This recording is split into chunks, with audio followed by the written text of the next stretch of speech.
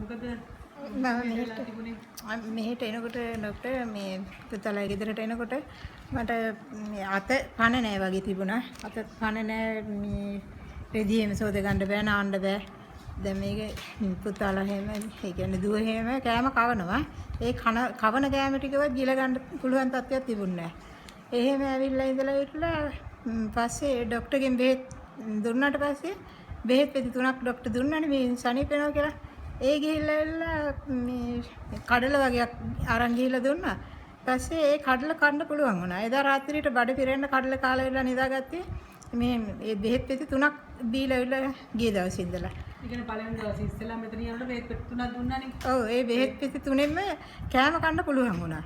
අනිත් පහවදා ඉඳලා අර අතේ කන නැතුව වගේ තිබුණානේ. ඉස්සෙල්ලා කන්න බැරුවද හිටියේ? කන්න බැරුව මෙහෙට කට අරින්න බෑ. කවන මේ බත් කටක් ඒගොල්ලෝ කවපුවම ඒකවත් හපලා ගිලින්න බෑ. ඒකත් ආපහු දානවා. කාලේ තුනද ඒකත්? සතියක් විතර එහෙම තිබුණා මේ පුතාලා ගෙදරට ඇවිල්ලා. ඊට පස්සේ ડોක්ටර්ගෙන් බෙහෙත් දුන්නාට පස්සේ තමයි මේ විදිහට මේ කෑම කන්න පුළුවන් වුණේ. ඔව්. පළවෙනි දවසේම කෑම කන්න පුළුවන් වුණා.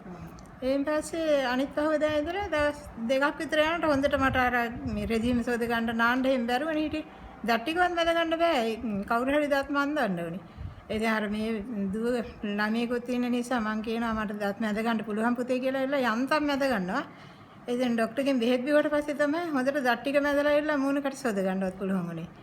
ඊට පස්සේ රෙදි සෝදලා නාලා ඒ වැඩ ටික කරගන්න පුළුවන් වුණා. දැන් අර මම බයේ හිටියේ මේගොල්ලන්ට දැන් මාව සාත්තු කරන්න වෙනවනේ. මේ නාවන්න ඕන, රෙදි සෝදලා දෙන්න ඕන, කවන්න ඕන. කොහොමද මේවා මේ ළමයි කරන්නේ කියලා ඇවිල්ලා දුක හිතලා හිටියේ. ජීවත් වෙලා වැඩක් නැහැ කියන තැනට තමයි මං හිතාගෙන හිටියේ. ඊට පස්සේ බෙහෙත් දීුවට පස්සේ ගොඩක් සනීපයි. ඉතින් ළමයින්ටත් ડોක්ටර්ටත් ගොඩාක් පින් සිද්ධ වෙනවා. ડોක්ටර් හොයලා දීපු ළමයින්ටත් ගොඩක් පින් සිද්ධ වෙනවා. බෙහෙත් දීපු ડોක්ටර්ටත් ගොඩාක්ම පින් සිද්ධ වෙනවා. මේ මම දැන් හොඳට නැගිටලා ඉන්නවා. යන්න ඉන්නත් පුළුවන්. කන්න බොන්නත් පුළුවන්. මේ දනිස්සල එහෙම අමාරු තිබුණා. දැන් ඒ දනිස් අමාරුවක් නැහැ. කිසිම රෝගයක් නැතුව ජීවත් වෙනවා. ගොඩාක් සන්තෝෂයි හොඳ පාඩ ඇවිල්ලා ආපු කෙනා නෙවෙයි. ආද මේ මද ඇත්තටම හරි සතුටු මේ hina වුණේ එදා ආවේ කොහොමදනේ? දැන් මම හිතන්නේ හොඳටම සනිකලා මාස 6-7ක් විතර වගේ වෙනවා.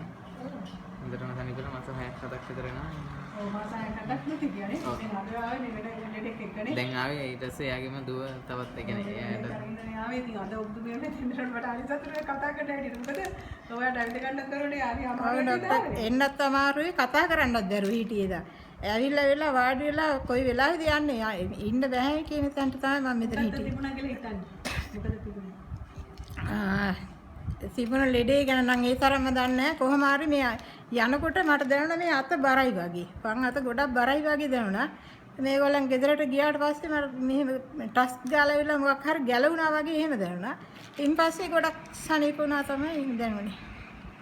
මේ ඔයාට මොකද හිතන්නේ නැත්නම් මේ ඉතින් ඒ කියන්නේ මෙහෙමයි නන්ද කිව්ව විදිහට නම් අපිට දැනෙන්නේ මොකක් හරි බාහිර මොනවා හරි භූත දෝෂයක් හරි මොනවා හරි එහෙම දෙයක් තිබුණා කියලා. මොකද ඇඟට ආවට පස්සේ කියන්නේ නන්ද කිව්වේ හැබැයි මේ සනීප වෙනකම් මුකුත්ම කිව්වේ නැහැ. සනීප වෙනකම් ඒ කියන්නේ ලෙඩින් ඉන්න කාලේ අපි මුකුත්ම දන්නේ නැහැ.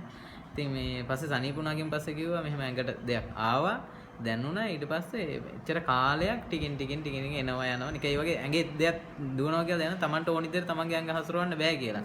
හැබැයි ඊට පස්සේ බෙහෙත් දුන්නගෙන් පස්සේ ඒක ඇඟෙන් එකපාරම අයින් වුණා. ඊට පස්සේ තමන් සම්පූර්ණ නිදහස්. ඒ කියන්නේ ඊට පස්සේ තමන්ට ඕනි විදියට තමන් මොකක්ද දන්නවද උනේ?